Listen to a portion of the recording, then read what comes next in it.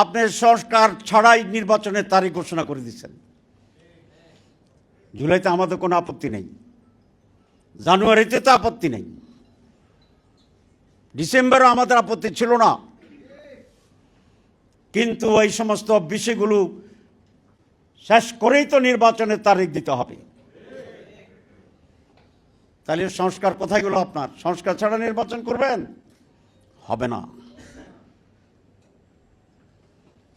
বিচার দৃশ্যতা না করে নির্বাচন করবেন, মানুষ মানবে না।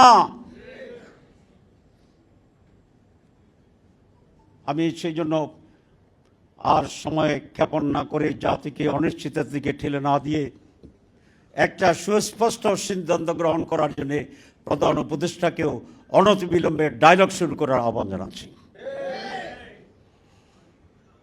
লক্ষ লক্ষ মানুষের রাজপথ ঘেরাও করে রাখবে, লক্ষ লক্ষ মানুষ ম্যানেজড ইলেকশন, পরিকল্পিত ইলেকশন, সেই ইলেকশন কেন্দ্রে ব্যালট বাক্স যাইতে দিবে না। পরিষ্কার কথা। আমরা অবশ্যই নির্বাচন চাচ্ছি, আমরা আপনার ঘোষিত তারিখে নির্বাচন চাই, আমরা নির্বাচনে যাব,